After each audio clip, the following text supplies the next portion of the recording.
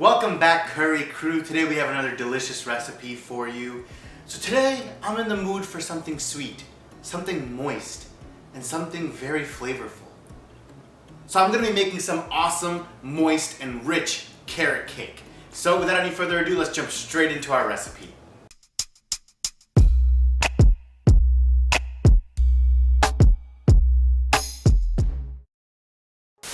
However guys, before we jump into the video, we're on the road to 1,000 and we are almost there. So definitely make sure to subscribe if you haven't done so already and punch that notification bell so you know when we post new videos. We post videos twice a week, so we'd love to have you as part of our curry crew. Now let's go straight into the recipe. So to begin our carrot cake, we will first start with 2 mixing bowls. One for our dry ingredients and one for our wet ingredients. Into the bigger bowl, we're going to add in 2 cups of all-purpose flour, followed by 2 teaspoons of baking soda.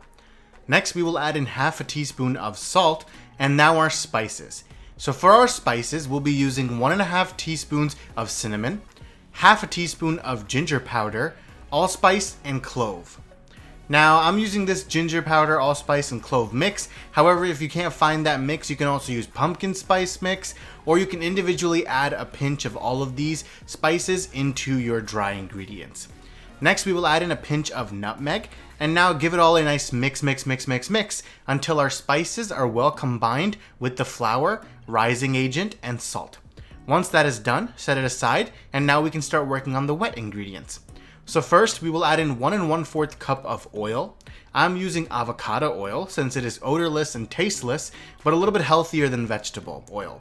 However, you can use canola oil or vegetable oil if that is all you have.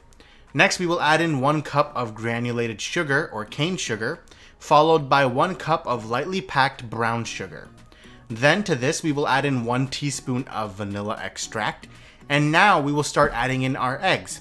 We want to add them in one at a time, whisk a little, and then add the next one. The eggs will give our cake its structure and density, while the oil helps to keep it nice and moist. If you don't want to use eggs, you can also try using some substitutes that you can research online, some of which may include applesauce, bananas, peanut butter, etc. My family and I eat eggs, so we don't mind. However, if you don't, you can always look for other ways. Once all of the eggs have been incorporated, you can then slowly start adding in our dry ingredients, 1/3 at a time. So add in a bit, give it a stir until the flour is incorporated, and then add some more. Keep going until all of the dry ingredients have been mixed in, and once it has, you can then move on to the final batch of ingredients. So first we will add in half a cup of raisins and give it a quick mix. Then we will add in 1 cup of chopped and crushed pecans, and again give it one more quick mix, until finally we will be adding in the star of our show, 3 cups of finely grated carrots. Give it one final mix until the carrots, raisins, and pecans are well combined and the batter resembles peanut butter in its consistency. Once that is done, set it aside and let's prep for our baking. So preheat your oven to about 350 degrees Fahrenheit or 175 degrees Celsius, and now we will get our cake pans ready. So first we will use some butter and we will grease the bottom and the sides of our cake pans. In total, we're going to be making 2 9-inch round cakes, so you'll need 2 9-inch round cake pans.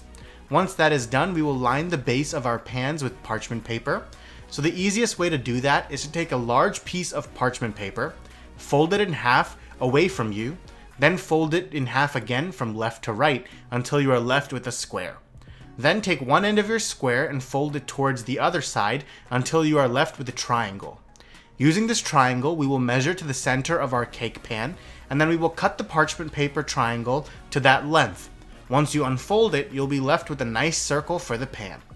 Once your pans have been prepared, pour 2 equally sized portions of your batter into each cake pan and allow it to settle for a minute or so before placing the 2 pans into the oven. We will bake our cake for about 35 to 40 minutes. In the meantime, let's prepare our cream cheese frosting. So into a bowl goes 8 ounces of room temperature cream cheese. Then, using a hand mixer, beat the cream cheese for about a minute until it is nice and smooth. Then into this we will mix in our powdered sugar, 1/4 at a time, until we are left with 1 1/4 cups of powdered sugar in total. So after each 1/4 cup, we will mix using the hand mixer and then keep adding it in until we've added in the total amount. Once all the sugar has been added, we will add in 1/3 cup of heavy whipping cream and give it one final mix with the hand blender until it is all well combined and silky smooth. Once that is done, place the frosting in the fridge to cool until we are ready to use. In the meantime, check on your cake. The best way to check if the cake is done is to use the toothpick method. Around the 35-minute mark, stick a toothpick into the center of the cake, and if it comes out clean, your cake is baked and ready to come out of the oven. If not, you may just have to keep baking it for 5-minute increments at a time until your cake is ready. Once your cake passes the toothpick test, remove it from the oven and let it rest for about 15 minutes. After 15 minutes, carefully remove the cakes from the pans and let them cool completely on a wire rack. Otherwise, the frosting will melt if you try and spread it on a hot cake. To assemble, I will apply a small amount of our frosting to the cake stand and then place the first layer of our cake on top. The frosting at the bottom will prevent the cake from sliding all over the place when you start frosting. Next, I will apply a nice layer of frosting to the top of this layer of our cake. Then, we will top with a second layer of our cake and start applying the rest of the frosting onto the top and the sides. Using a flat metal spatula or spreader, spread the frosting all around the cake as well as creating a nice and even layer on top. Once that is done, place the cake in the fridge for about 10 minutes to allow it to set up partially. After 10 minutes, we will then use some crushed pecans and we will spread them over the top of our cake and also stick them to the side. If you don't want extra pecans, then what you can do is leave the cake in the fridge for about half an hour before taking it out to serve. Once your cake is ready, it should look something like this. So what I did was I sprinkled some pecans on top, I stuck them to the side of our cake, and here we have our final cake. It looks delicious. I can't wait to dig in and enjoy. So let's not delay this any further and let's dig right in. So guys, here we have the final cake. I have a slice right here. It smells so good because of the cinnamon, the nutmeg, the allspice. It looks delicious with the cream cheese frosting that we made, some pecans on top. I can't wait to dig right in, so here it goes. Guys, it is so delicious. The cream cheese frosting is perfect. It's not too sweet. The cake is flaky, it's moist, it's not too dry. It's packed full of some amazing flavors. We have the raisins, all the spices, pecans coming in inside and on the outside. It is perfect. So even if this is not your favorite cake, if you try this recipe, it will become your favorite cake. So you definitely need to try this out for yourself. Let us know how it turned out for you, how much you love it, and keep on cooking.